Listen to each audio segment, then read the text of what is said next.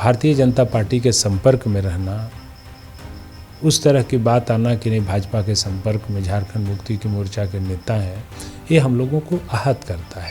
K. N.. Tripathi ji जो बयान दिए वो उसको पार्टी नहीं मान रही है और उनका व्यक्तिगत बयान हो सकता है, ये पार्टी का बयान नहीं है। हमारे पार्टी के अध्यक्ष ने इसका खंडन किया भी आहत है कि पूरे पलामू जिला को अपराधियों के हवाले कर दिया गया है। यहाँ का पूरा तंत्र जो है, सरकारी तंत्र अपराधियों के इशारे पर चल रहा है। कभी हम लोग सोच भी नहीं सकते कि भाजपा के पास, हमने वो दिन देखा है हमारे आंखों के सामने, एक बीजेपी के लोगों ने घर में घुसकर हमारे मुख्यमंत्री जी को उठा लिया और किस मुंह से ये त्रिपाठी जी बोल रहे हैं। नमस्कार, जोहार, आप देख रहे हैं एचएनएन न्यूज। मैं हूं निशा मिश्रा आपके साथ। झारखंड में निकाय चुनाव हो रही है और निकाय चुनाव के दौरान सभी पार्टियां अपने समर्थित प्रत्याशी के लिए मैदान में कमर कस के उतर गई है। इस बीच कांग्रेस के जो पूर्व मंत्री रहे हैं, उन्होंने के.एन. त्रिपाठी की मैं बात कर रही हूं, उन्होंने एक बम फोड़ा। बम था कि निकाय चुनाव के खत्म होते ही जेएमएम और भाजपा एक हो जाएगी, डील पक्की हो गई है। गृह मंत्री अमित शाह ने हरी झंडी दिखा दी है। अब सिर्फ निकाय चुनाव के खत्म होने की महज 15 से 20 दिन के बाद आपको एक बड़ा धमाका मिलेगा झारखंड की राजनीति में। इसके बाद से सबके जहन में ये चलने लगा कि क्या वास्तव में हेमंत सोरेन अब कांग्रेस यानी महागठबंधन का साथ छोड़कर भारतीय जनता पार्टी के साथ जाएंगे तो इसका हानि क्या होगा और लाभ क्या होगा। क्योंकि जब भी हम किसी और के साथ जाते हैं, किसी पार्टी को ज्वाइन करते हैं, किसी के साथ गठबंधन बनाते हैं, तो लाभ और हानि दोनों होती है। आज इसी पर बात करेंगे। उससे पहले बात करेंगे लाभ हानि की, उससे पहले एक नजर डाल लेते हैं कि क्या वास्तव में हेमंत सोरेन का कांग्रेस को छोड़ना सही है या इतना मजबूत जो महागठबंधन है उसको तोड़ना गलत है। देखिए, महागठबंधन है, इसमें कोई दो राय नहीं है, लेकिन जेएमएम और कांग्रेस में भाईचारा है, प्रेम है, इतना एकजुटता है, ये कहना गलत है। क्योंकि कितना प्रेम है, कितनी एकजुटता है, वो धनबाद में जाकर साफ देखी जा सकती है। एक उदाहरण हेमंत सोरेन को बिहार में मिला कि बिहार में आरजेडी और कांग्रेस ने इन्हें चुनाव तक लड़ने का मौका नहीं दिया, सीटें तक नहीं दी कि आपको इतनी सीटों पर लड़ना है।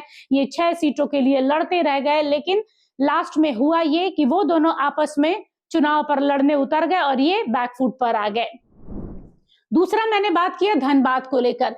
धनबाद में 29 प्रत्याशी खड़े हैं एक मेयर की कुर्सी के लिए और वहां पर खुलकर आपको दिखेगा कि जेएमएम और कांग्रेस अपने अपने प्रत्याशी के उम्मीदवारों के साथ में खड़े हैं।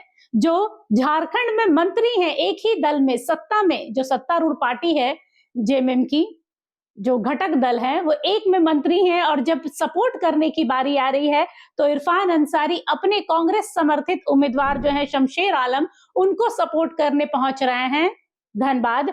दूसरी ओर जेएमएम के जो प्रत्याशी हैं चंद्रशेखर अग्रवाल, उनको सपोर्ट करने पहुंच रहे हैं मंत्री हफीजुल हसन।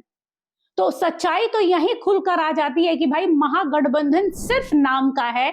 जब पार्टी की बात आ रही है, चुनाव की बात आ रही है और जब कुर्सी की बात आ रही है तो जेएमएम और कांग्रेस अलग अलग हो जा रही है। तो इसमें गलत क्या है? अगर हेमंत सोरेन भाजपा के साथ जाते हैं तो इसमें गलत क्या है? इतिहास गवाह है कि जब जब राज्य सरकार केंद्र सरकार के साथ मिलकर काम करती है, उस राज्य का विकास ही हुआ है, पतन नहीं हुआ है। लेकिन यह भी सही है कि भारतीय जनता पार्टी वो पार्टी है जो आपको दूसरे दलों से लोगों को लेकर तो आती है, लेकिन ज्यादा दिनों तक इज्जत अफजाई नहीं कर पाती है। क्योंकि भारतीय जनता पार्टी में संघ के लोगों का पकड़ है।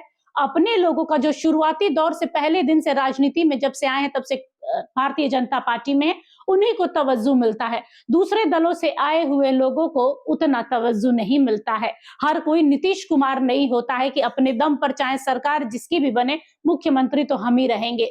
तो ये भी है कि अगर हेमंत सोरेन भाजपा के साथ जाते हैं तो राज्य का भला होगा, इसमें दो राय नहीं है। लेकिन वो कहीं अपने आदिवासी जो अस्तित्व उन्होंने बना के रखा, एक छवि है आदिवासी नेता की, एक बड़ा चेहरा है फिलहाल वर्तमान में झारखंड में आदिवासी नेता के रूप में हेमंत सोरेन का, वो ना दांव पे लग जाए। इसकी जरूर हम कह सकते हैं कि संशय बना हुआ है कि अगर हेमंत सोरेन भाजपा के साथ जाते हैं निकाय चुनाव के बाद तो राज्य का भला जरूर होगा, लेकिन उनकी पार्टी और उनके अस्तित्व का क्या होगा। इसके लिए सीधे रुख करेंगे अपने एक्सपर्ट अशोक पांडे की ओर। तो सीधे जुड़ते हैं फोन लाइन से और जानते हैं उनका क्या मानना है। क्या हेमंत सोरेन को जाना चाहिए भाजपा के साथ? केएन त्रिपाठी की बातों में कितना दम है, या सिर्फ निकाय चुनाव को देखते हुए एक मास्टर स्ट्रोक खेलने का उन्होंने प्रयास किया है, क्योंकि उनकी बेटी भी इस बार निकाय चुनाव में खड़ी है। तो क्या ये वोट कटुआ बनने के लिए, वोट काटने के लिए ये बयान दिया गया कि भाई हेमंत सोरेन अब भारतीय जनता पार्टी के साथ जा रहे हैं, डील हो गई और ना जाने क्या क्या। तो सीधे रुख करते हैं अशोक पांडे का। इस वक्त हमारे साथ कोलकाता से हमारे एक्सपर्ट अशोक पांडे जी जुड़ चुके हैं लाइन पर। जोहार सर। जोहार। बात कर रहे हैं इस वक्त सर कि ये जो केएन त्रिपाठी का बयान आया है कि निकाय चुनाव के बाद जेएमएम और भाजपा एक हो जाएगी, क्या लगता है इस बयान का रुख किस ओर है? धनबाद में जो चुनाव चल रहा है, धनबाद के चुनाव में ही देखा जा रहा है कि जेएमएम एक तरफ लड़ रही है और उसके ठीक सामने खड़ी है कांग्रेस।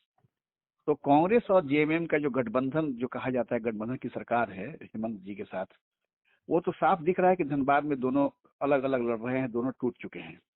तो अगर त्रिपाठी ने कुछ कहा है या ये कह रहे हैं कि निकाय चुनाव के बाद ये गठबंधन टूट भी सकता है, तो इसमें बहुत कोई अतिशयोक्ति नहीं दिख रही है।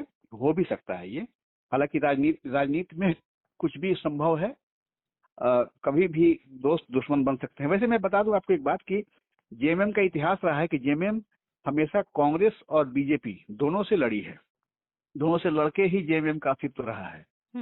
तो अब हेमंत सोरेन अगर कांग्रेस से अलग होके भाजपा के साथ जाते हैं चुनाव बाद, तो इसकी एक संभावना बनती है कि उनकी सरकार और भी स्थिर हो जाएगी, क्योंकि उनके पास जितने भी जो संख्या है, 81 विधायकों की जो संख्या है वहाँ सदन में, उनमें यही देखा जा रहा है कि इनकी जो संख्या है 34 है ऑलरेडी।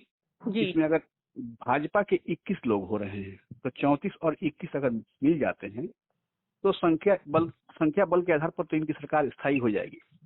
लेकिन समस्या और भी है, क्योंकि कांग्रेस के समेत कांग्रेस, आरजेडी, आजसू, सीपीआई-एमएल, अन्य सब मिला के जो सरकार चल रही है अभी, हेमंत की जो सरकार चल रही है, उसके सामने कई संकट है। सबसे बड़ा संकट है आर्थिक संकट।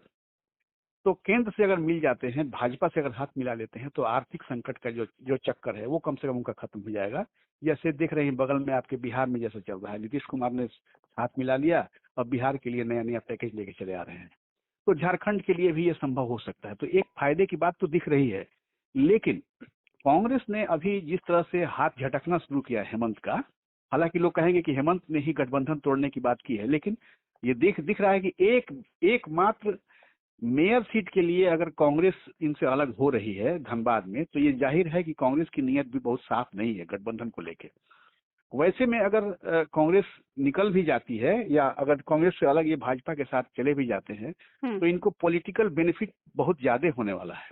बिल्कुल। अब बाकी चूंकि हेमंत चूंकि पारखी आदमी है और आदिवासियों के सुलझे हुए नेता बन के उभर रहे हैं पूरे देश में, तो ये हो भी सकता है कि अगर ये केंद्र के साथ मिलते हैं। गलत क्या है सर? अगर आपने भी इतिहास देखा है, हमने भी देखा है कि जब राज्य सरकार केंद्र के साथ मिलकर कोई काम करती है तो उस राज्य का विकास ही होता है, पतन नहीं होता है। तो इसमें बुराई भी नहीं है। नहीं, ये आप बिल्कुल सही कह रही हैं, लेकिन डर एक है ना, डर एक ही है कि भाजपा जिसके भी साथ जाती है या भाजपा जिसको भी अपने साथ लेके जाती है, वो कामोबेश उस दल को खत्म कर देती है। डर इस बात का जरूर बना रहेगा कि हेमंत जी अगर जाते हैं तो कहीं उनका वो बम्बई वाली हालत न हो जाए, उस बात से उनको बचना होगा। बाकी तो पॉलिटिकल सिचुएशन कब क्या बनता है उस पर डिपेंड करता है। सर ये भी तो हो सकता है कि अगर हेमंत सोरेन भाजपा के साथ जाते हैं तो जो आदिवासी सिर्फ आदिवासी के नाम पर हेमंत सोरेन को वोट देते हैं, वो उनमें कहीं दरार आ जाए। क्योंकि कई बार जब हम ये वीडियोस डालते हैं कि हेमंत सोरेन भाजपा से हाथ मिलाएंगे, तो कई कमेंट्स आते हैं कि जिस दिन वो भाजपा से हाथ मिलाएंगे हम उनका साथ छोड़ देंगे। यानी आदिवासी मूल रूप से नहीं चाह रहे हैं कि वो भाजपा के साथ जाए।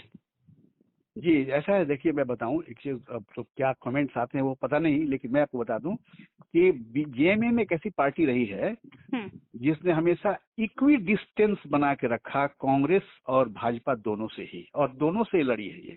सन 70-72 में जब 3 लोगों ने मिलकर जेएमएम की अवधारणा तय की थी, जिसमें शिबू सोरेन थे, विनोद बिहारी महतो थे, ए.के. रॉय थे, तो इन लोगों ने जो लड़ाई लड़ी थी 70-72 में, वो तब कांग्रेस की ही सरकार थी। तो कांग्रेस से भी लड़ा है इन लोगों ने और भाजपा से भी लड़ा है। तो जेएमएम का अस्तित्व तो तब तक बचा रहेगा जब तक ये इक्वी डिस्टेंस मेंटेन करती रहेगी। दोनों दलों से समान दूरी बना के ही जेएमएम बची रह सकती है।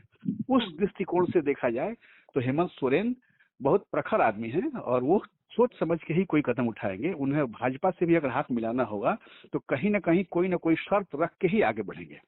इसमें डरने की बात नहीं है। जी, धन्यवाद सर। तो देखा आप लोगों ने, ये थे हमारे एक्सपर्ट अशोक पांडे, जिन्होंने साफ तौर पर कहा कि देखिए हेमंत सोरेन बड़े बुद्धिमान नेता हैं, चतुर नेता हैं, दूरदर्शिता उनके अंदर कूट कूट कर भरी हुई है। दूरदर्शी कह सकते हैं कि दूर के, वो कहते हैं ना, दूर का ढोल सुहावन लगे, उस पर वो जाने वाले नहीं है। जब तक सामने नगाड़ा नहीं बजेगा वो कुछ करने वाले नहीं है। हेमंत सोरेन है, अपने राज्य का भला, अपना भला सोच समझकर ही करेंगे। लेकिन के.एन. त्रिपाठी की बातों में जो कह सकते हैं कहीं कहीं पर कुछ चीजें खटक रही हैं कि इतनी बड़ी बात कांग्रेस पार्टी से रह चुके हैं। हालांकि इस पूरे बयान को भारतीय जनता पार्टी की ओर से भी खारिज किया गया है। बाबूलाल मरांडी ने कहा कि सिर्फ ये निकाय चुनाव को देखते हुए एक चुनावी प्रोपेगेंडा सेट किया जा रहा है और कुछ भी नहीं है।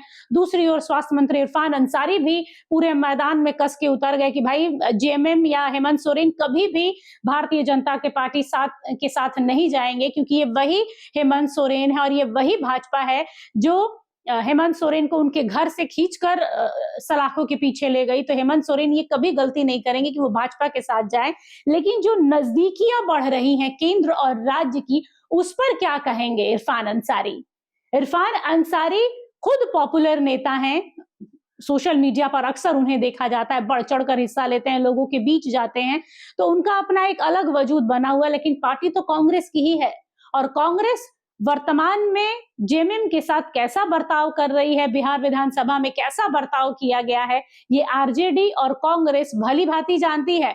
तो मन के किसी कोने में ये चीज तो बैठा हुआ है कि अगर हेमंत सोरेन ने पलटी मार दी तो हम कहां जाएंगे, क्योंकि अगर हेमंत सोरेन के जो सीटें हैं और भारतीय जनता पार्टी की सीटों को मिला दिया जाए तो सरकार तो तब भी बन जाएगी।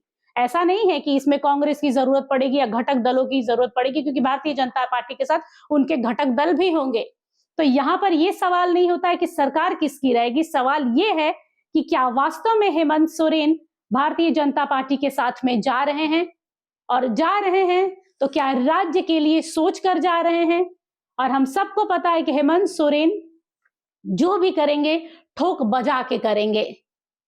फिलहाल के लिए इस खबर पर बस इतना ही। निकाय चुनाव के बाद सबकी नजर जेएमएम और भारतीय जनता पार्टी पर टिकी हुई है कि क्या वास्तव में ये डील पक्की हुई है या के.एन. त्रिपाठी ने सिर्फ एक गोटी उछाली थी, कि किसकी कैसी प्रतिक्रिया आती है। फिलहाल के लिए इस खबर पर बस इतना ही। देखते रहिए एचएनएन न्यूज। नमस्कार, जोहार। अगर आपको हमारा ये वीडियो अच्छा लगा तो इसे लाइक करें, शेयर करें और हाँ, सब्सक्राइब करना ना भूलें।